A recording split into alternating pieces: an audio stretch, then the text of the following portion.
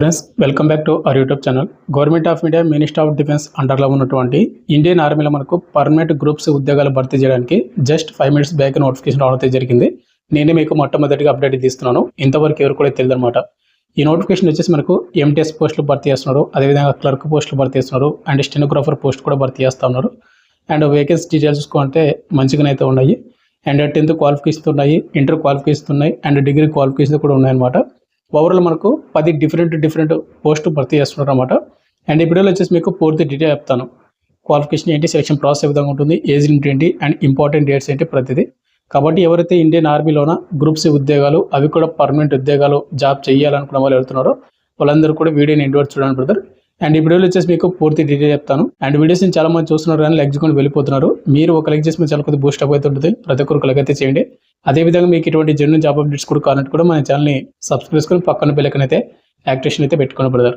వీడియోలో కూడా ఉన్న స్మాల్ అప్డేట్, ఇక్కడ మనకు ఎవరైతే ఇంటికాడ నుండి కాంపిటేటివ్ ఎగ్జామ్స్కి ప్రిపేర్ అవ్వాలనుకుంటారో లైక్ ఎస్ఎస్జెడ్ కానిస్టేబుల్ కానీ, రైల్వే గ్రూప్ డి కానీ, రైల్వే ఎన్టీపీసీ కానీ, ఆర్పీఎఫ్ కానిస్టేబుల్ కానీ ఇలాంటి కోర్స్ అనేది మన డివైస్ స్టారింగ్ యాప్లో మీకు తక్కువ ప్రైస్కి అయితే మీకు అందిస్తూ ఉన్నాము విత్ 1 year వ్యాలిడిటీ తోటి. అక్కడ మీకు ఫ్రీ డెమో వీడియోస్ కూడా అవైలబుల్గా అయితే ఉంటాయి. మీరు ముందుగా ఫ్రీ డెమో వీడియో చూడండి. మీకు కంటెంట్ అండ్ సబ్జెక్ట్ నచ్చితే కోర్స్ అయితే తీసుకోండి. లింక్ డిస్క్రిప్షన్ మీకు ప్రొవైడ్ చేయడం అయితే జరిగింది. ఇక మనకు మెయిన్గా టాపిక్ పెడితే గవర్నమెంట్ ఆఫ్ ఇండియా మనకు మినిస్టర్ ఆఫ్ డిఫెన్స్ అండర్లో ఉన్నటువంటి మనకు DSSC defence services staff college అంటారు. మనకు తమిళనాడు అయితే ఉంటుంది, వెల్లింగ్టన్ నుంచి రావడం అయితే జరిగింది అనమాట. ఇది మనకు మినిస్టర్ ఆఫ్ డిఫెన్స్ ఆర్మీ కింద అయితే ఉంటుంది. దీనిలో వచ్చేసి మనకు చాలా రకాలైనటువంటి పోస్టులు అయితే మనకు భర్తీ చేస్తున్నారు. మంచి వేకెన్సీ అయితే భర్తీ చేసుకోవచ్చు. అంటే మనకు అప్రాక్సిమేట్లీ మనకు 78 వేకెన్సీ అయితే అనమాట. అన్ని పోస్టులు కలుపుకుంటే కన్నా 10 కేటగిరీ పోస్టులు అయితే ఉన్నాయి. అయితే బ్రదర్ ముందుగా మనకు ఇంపార్టెంట్ డేట్ చూసుకుంటే ఈ నోటిఫికేషన్కి ఎప్పుడైతే ఎంప్లాయ్మెంట్ న్యూస్ పేపర్ వస్తుందో మనకు ఎంప్లాయ్మెంట్ న్యూస్ పేపర్ అనేది మనకు May 23rd మనకు ఎంప్లాయ్మెంట్ న్యూస్ పేపర్ అయితే ప్రింట్ అయిందనమాట. ఇది ఎంప్లాయ్మెంట్ న్యూస్ పేపర్లో ఇచ్చినటువంటి ఇది పేపర్, ఇది షార్ట్ నోటీస్ పేపర్. మనకు 23rd నుంచి మనకు 21 days కౌంట్ చేసుకుంటే కన్నా మనకు జూన్ మనకు 12 వరకు అప్లై చేసుకునే ఛాన్స్ అవుతుంది.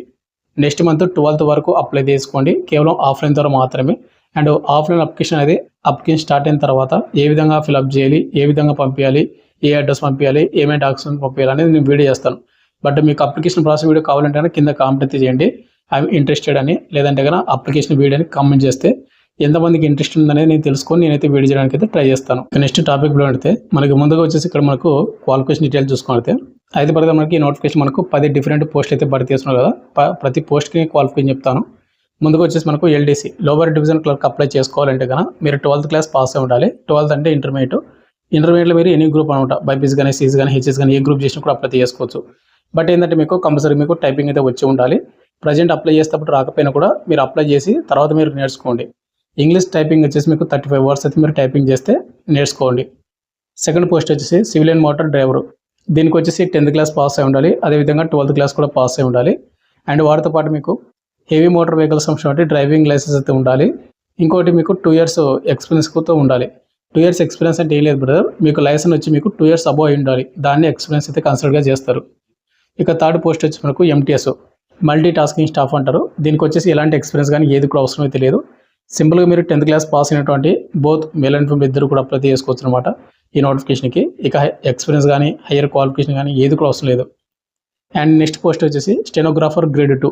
దీనికి అప్లై చేసుకోవాలంటే మీరు 12th క్లాస్ పాస్ అయి ఉండాలి. 12th అంటే ఇంటర్మీడియట్ అనమాట.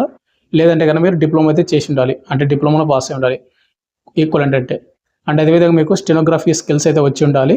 మీకు వాటి రిలేటెడ్ స్టెనోగ్రఫీ ఉంటే కనుక ఆ పోస్ట్కి అయితే అప్లై అయితే చేసుకోండి మీరు కంపల్సరీగా. అదేవిధంగా మనకు నెక్స్ట్ పోస్ట్ సూపర్వైజర్ నెట్వర్కింగ్. దీనికి వచ్చేసి డిగ్రీ కానీ డిప్లొమా కానీ చదివి ఉండాలి. అది కూడా ఏంటంటే కంప్యూటర్ సైన్స్లో కానీ, లేదంటే ఐటీ లేదా నెట్వర్క్ రిలేటెడ్ ఏదో ఒక దానిలో మీకు టెక్నికల్ నాలెడ్జ్ ఉండి డిగ్రీ కానీ డిప్లొమా అయితే చేసి ఉండాలన్నమాట సంబంధిత విభాగంలోన.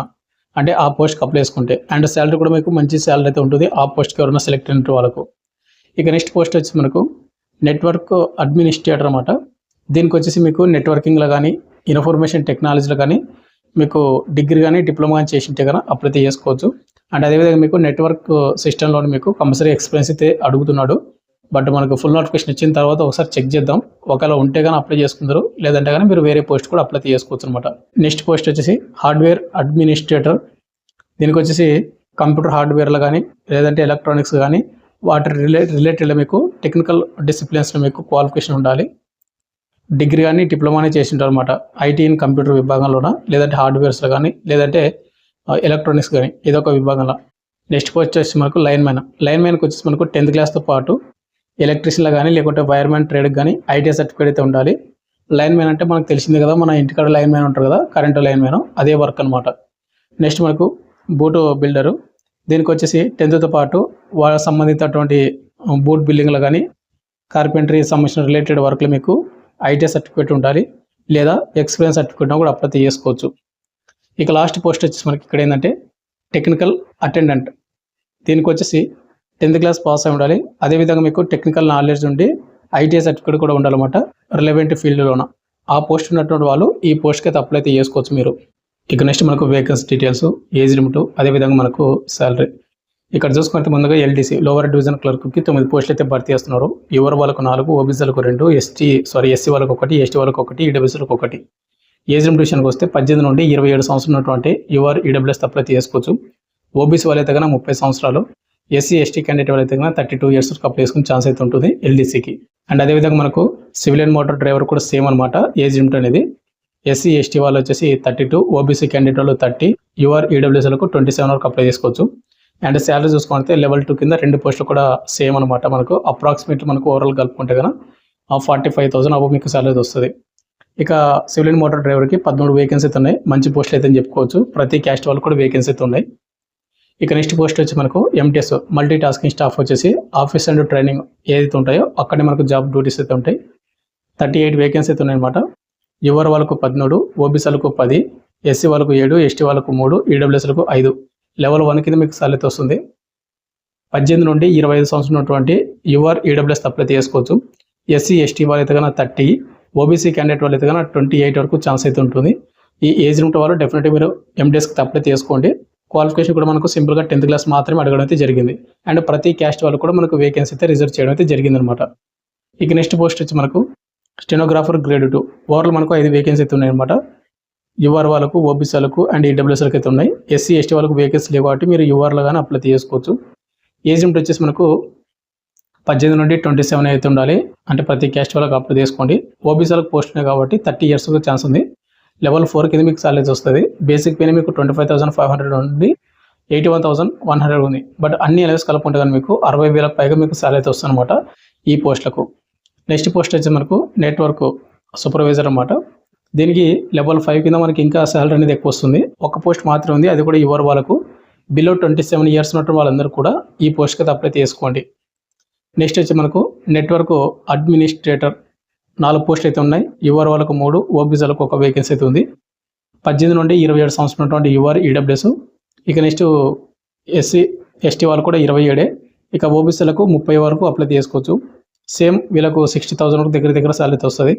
అండ్ హార్డ్వేర్ అడ్మినిస్ట్రేటర్ కూడా సేమ్ లెవెల్ 5 కిందంటే 60,000 వరకు దగ్గర సాలరీ వస్తుంది.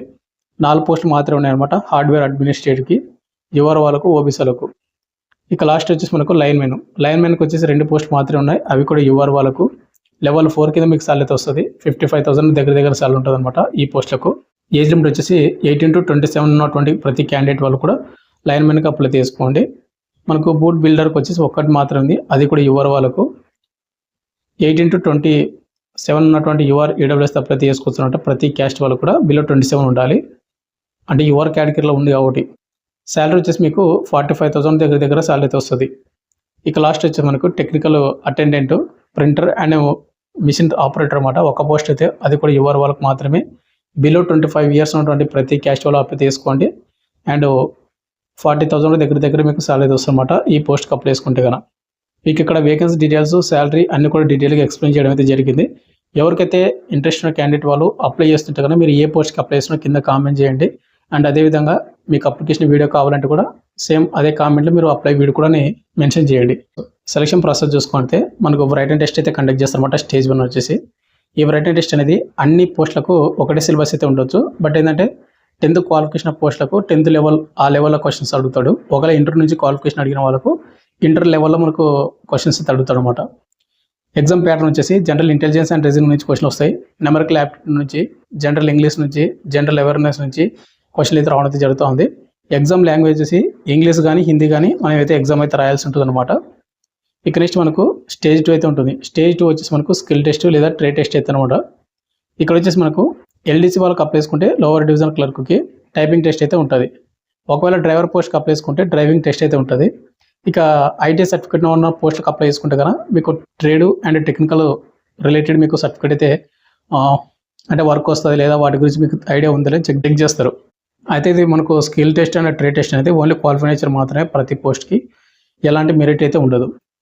ఇక ఫైనల్గా మనకు అప్లికేషన్ ప్రాసెస్ ఇక్కడ ఇచ్చినటువంటి అయితే వెబ్సైట్ ఉందో ids.nic.in అనే వెబ్సైట్లో మనకు ఈ నెల 23 తేదీన నోటిఫికేషన్ అయితే అఫీషియల్ వెబ్సైట్లో మనకు ఫుల్ నోటిఫికేషన్ వస్తుంది. అండ్ అప్లికేషన్ ఫామ్ కూడా అదే వెబ్సైట్లో వస్తుంది కాబట్టి ఆ వెబ్సైట్ నుంచి మీరు ఫామ్ అయితే డౌన్లోడ్ చేసుకొని ఆఫ్లైన్ ద్వారా అప్లై చేసుకోవాల్సి ఉంటుంది అనమాట.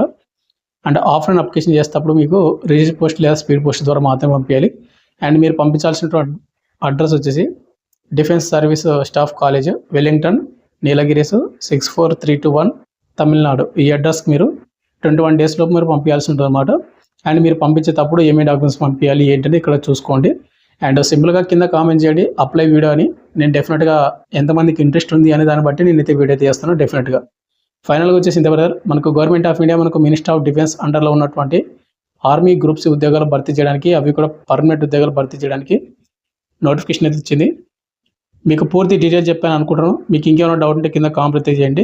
అండ్ ఈ నోటీస్ కావాలన్నా మా టెలిగ్రామ్ గ్రూప్లో పోస్ట్ చేసి ఇక్కడ పిన్ చేసి పెడతాను, అక్కడి నుంచి డౌన్లోడ్ చేసుకోండి. Thank you.